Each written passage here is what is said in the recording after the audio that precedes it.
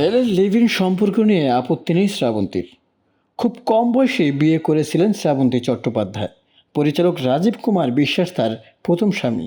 এরপর একটা লম্বা স্ট্রাগল, কোলে আসে একমাত্র সন্তান। তবে রাজীবের সঙ্গে সম্পর্ক টেকেনি তার। স্বামীর সঙ্গে বিচ্ছেদ হয়ে গেলেও ছেলে কিন্তু মায়ের কাছেই মানুষ হয়েছে। কাজ, সংসার, সন্তান এক হাতেই সামলিয়েছেন শ্রাবন্তী।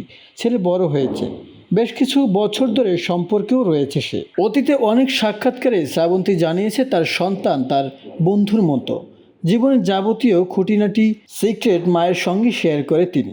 এমনকি ছেলের প্রেমিকের সঙ্গে বিদেশ ট্যুরেও যেতে দেখা গিয়েছে শ্রাবন্তীকে। শোনা যায় প্রেমিকার সঙ্গে একত্রে বাস করে ছেলে। ছেলের লিভ ইন আপত্তি রয়েছে মায়ের। প্রশ্ন করলে শ্রাবন্তী বলে, ছেলে লিভ ইন করুক, যাই করুক, আমার আপত্তি থাকবে কেন? জীবন একটাই, তাই যে যেভাবে ভালো থাকে সেটাই করা উচিত বলে আমি মনে করি।